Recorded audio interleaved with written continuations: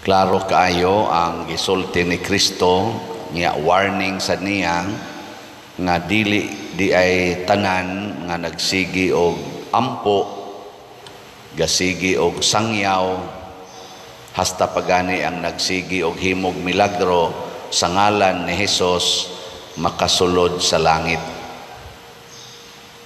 Wagi siguro kaning gawali, wagi ni siguro. Ako kada adlaw man jud ko gahimog milagro. Kanilang ni ang pag-consecrate aning bino o hostiyas nga mahimong lawas og dugo ni Kristo. Milagro niya, di ba?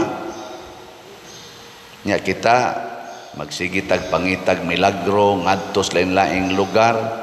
Nya ni agi kada adlaw nga milagro. Pero dili ni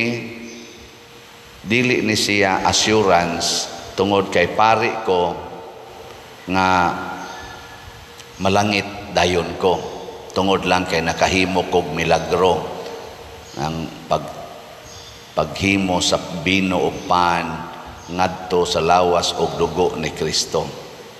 Privilege ra na nga rin ako nga gihatag sa Ginoo pinaagis gahom sa Espiritu Santo. Privilege. Dili ako maoy hinungdan ana, dili sad ang akong pagkabuutan. Privilege ra gid na. Sama sad anang mga tao nga gigasahan nga makapapahawa og mga yawa, kanang makaayo og mga masakiton.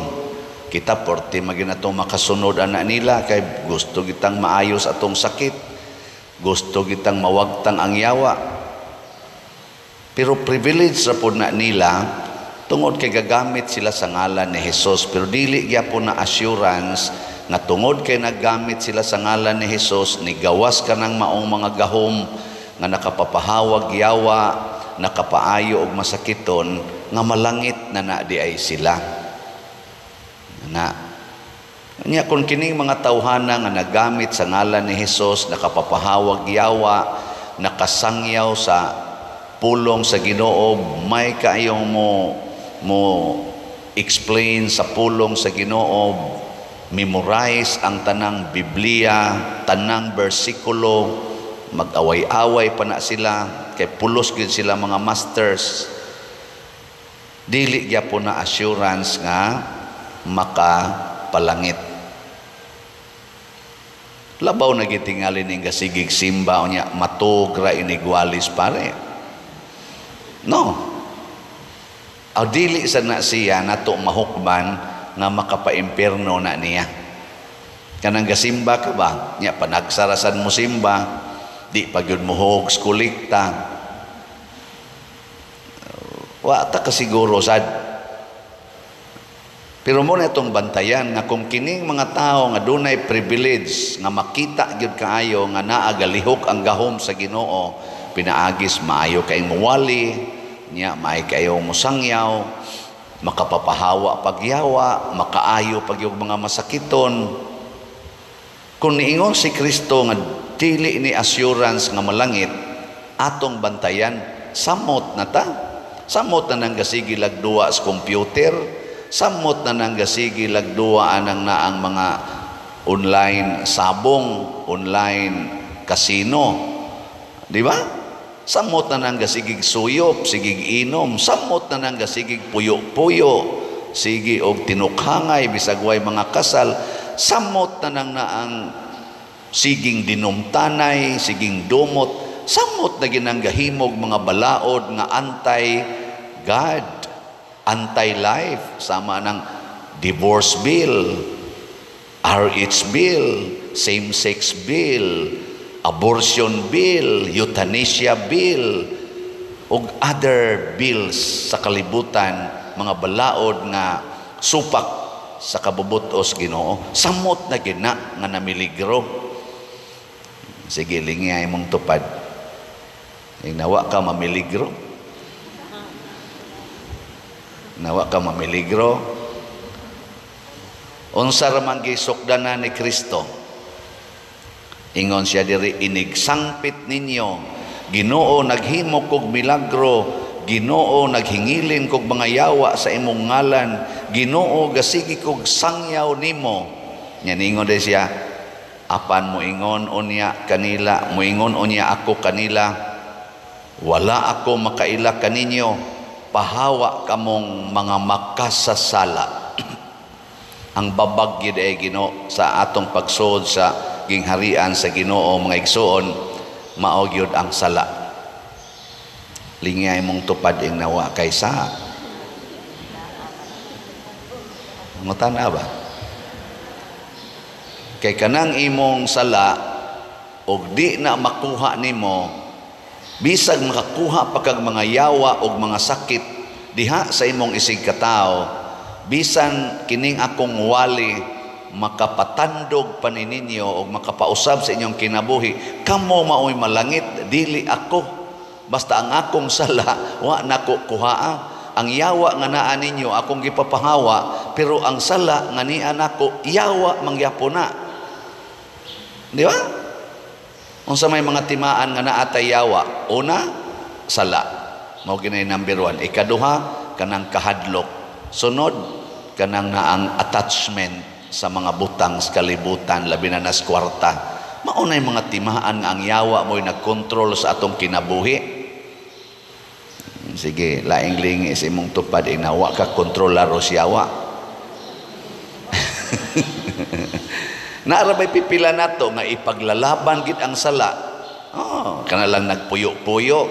Ay sus, moingon gyud dato maka ng pader. Storya ra na niya. Ana, ipaglalaban gid ba?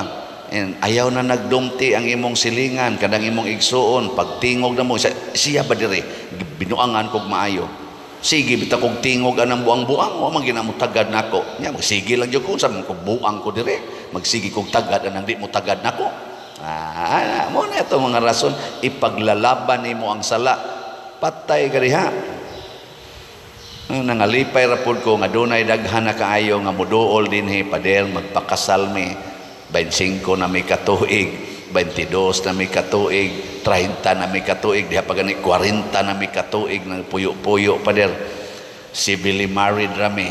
Sus, ikaw gyud nakapa usab sa among huna-huna, nako luwas na mo, pwede na mo mamatay. No, ini ko magkasal, nako pwede na mo mamatay. Kaya nga naman, inyo nang gitangtang ang sala, naminaw na mo sa Ginoo. Minsan niya, ikaw pa din, ako, wapay siguro. Ako, pinaagi aning sakramentos kasal, sakramentos misa, nakahimo kog milagro, pagtangtang sa inyong mga sala, kamong nidawat sa maong mga sakramento. Pero ako, doon na sagko'y akong obligasyon na maminaw sagko sa pulong sa Ginoo. Mauna, ni ay hari, kinsa tong hari din sa Israel, si Koan, Joaquin, nga iyang mama si ni Justa, gidescribe ni sila nga mga unsa man, mga dautan o kinabuhi atubangan sa Ginoo, pasabot mga makasasala.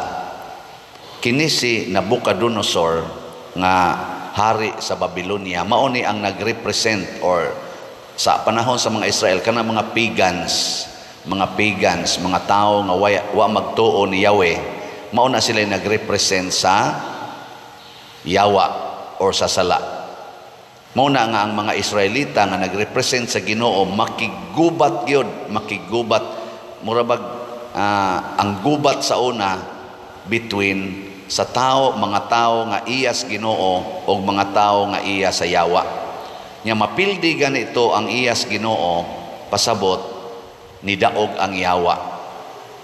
Nya unsa may na resulta dire? Pag abot gyud ni Nabucodonosor nga gilibutan na niya ang siyudad sa gingharian ni Joaquin, ang Jerusalem, unsa may gibuhat ni Joaquin og na iyang mama, mi-surrender, mi-submit ngadto sa mga makasasala. Unsa may translation ani sa tong kinabuhi? Kana bitang pananglitan, bana ka, kasado ka, gikasal kas imong asawa. Na kaysa wa.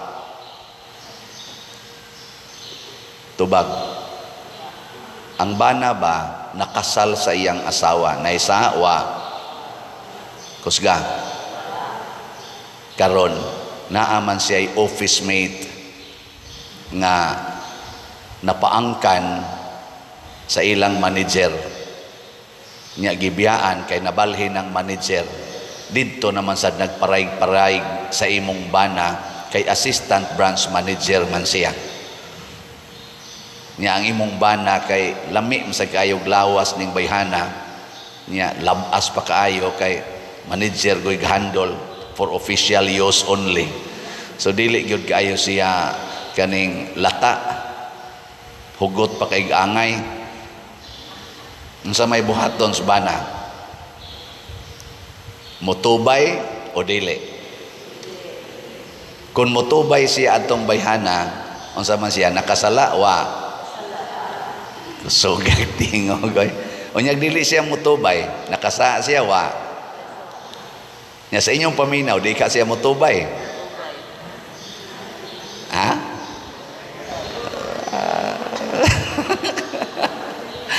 Ambot lang.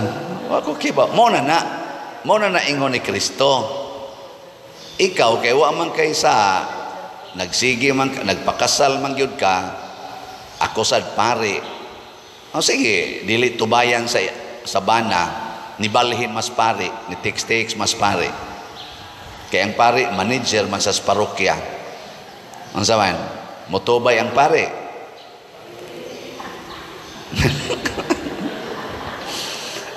Mao lagi na.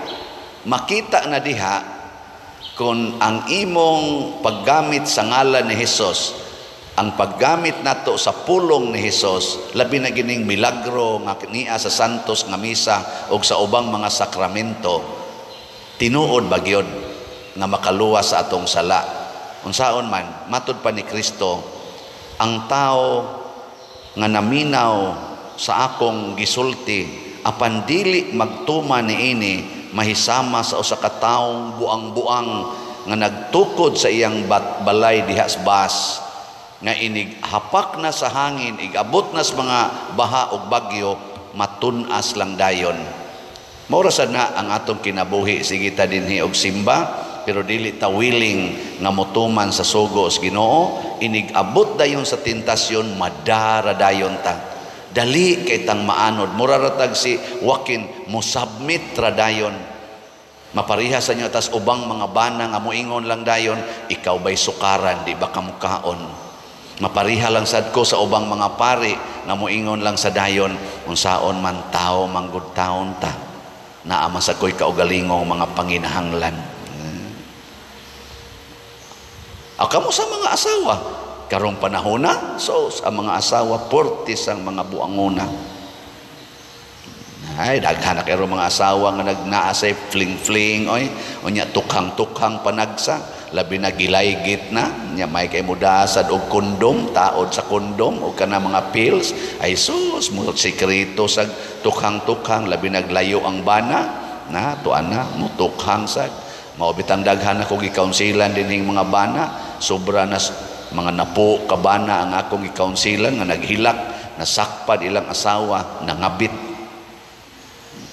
Kaya gimugtuo nga kanang mga asawa, di na mangabit. Karong panahon na, wag left and right na.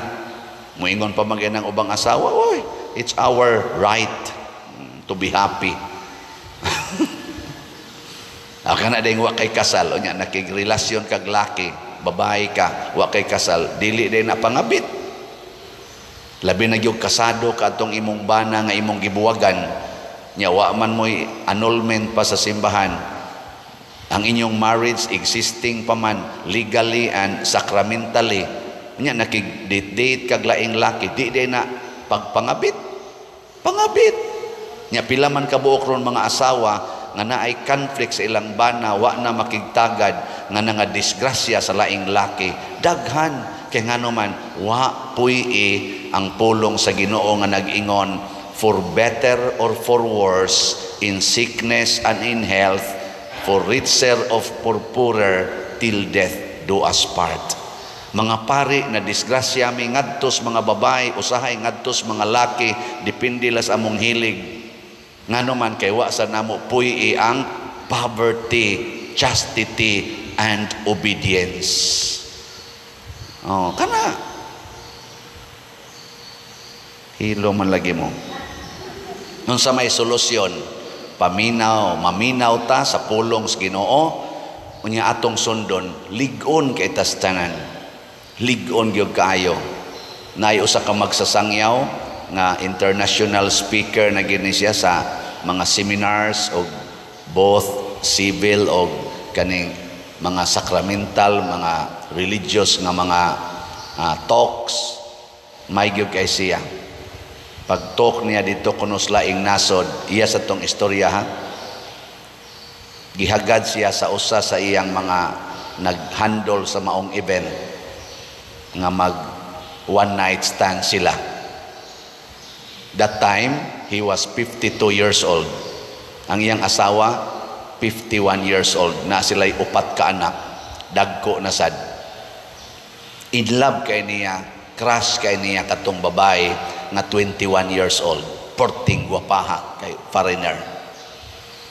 Katilaw na jud unta kuno siya international meat or international flesh. Nakras po siya. Kay lami mag-isang tanahon. Yan, ihagad niya pag-end sa ilang seminars nga sila mao'y nag-partners. Nisugot yun siya. Yan, ingon pag yun kuno siya nga asa man na to buhaton. Siya atulas akong Rome. Nanaka na sila nga to sa Rome, sa padong sa Rome sa babae. Samtang saka sila sa hagdanan. Niingon ko no siya sa Ginoo, Lord, pasaylo akong daan, pero ako lang gining tistingan. Nakita ko no niya ang iyang asawa nga naghilak sa iyang hunahuna. Wala siya kahibaw, pag abot nila sa Rome sa babae, ni ditsog tikang ang iyang tiil, nilahos ngadto sa unahan, og nanaog siya balik ngadto sa silong. Nigukod tong babae niya, suko kay niya, nganong imo kong gihago-hago kana niya imo ra dito kong giinsultuhan nya ningon din siya minyo ko dili ko kahimo pag budhi sa kong asawa, I'm sorry. Suko kayong babae niya, that's a great insult to me. Anyway, wala raman unta tay commitment, it's just an enjoyment. Murag let us give reward to ourselves just for this moment. Di man na dako nga isyo matod pas babae, pero para niya dako na kuno kay ito nga isyo. Samtang naglupad ang eroplano back to the Philippines, matod pa niya, naghilak siya dito sa eroplano. Matod pa niya, pagkaanogon ato Lord. Ang iyang gihilakan dili tungod siyang asawa, ang iyang gihilakan nganong wa tunako gidayon, pagkaanogon. Nga pag-abot na niya sa airport, nahibong siya nga wa man mosugat ang iyang asawa, ang iya ramang duha ka anak na nagdaas ilang sakyanan o gisugat siya. Wa dito iyang asawa. Pag-abot na niya sa ilang balay, ang iyang asawa mo ginay mo ablis gate o mosugat kay layo pa magjutay ang ilang main door. Ang iya gyapong anak mo ini ablis gate, ang iyang asawa gabarog ra sa may pultahan. Pag-abot dito nitutok kunong iyang asawa siyang naong niya siya nigakos siyang asawa, niingon din iyang asawa, gigakosan siya o gihonghongan, it's okay, I understand. Kasabot mo? Nahibawan sa asawa ang iyang struggle emotionally. Ngano man, kay ang husband and wife are no longer two but one flesh. What the husband felt and did will affect to the wife immediately because of God's grace. Ingon ana,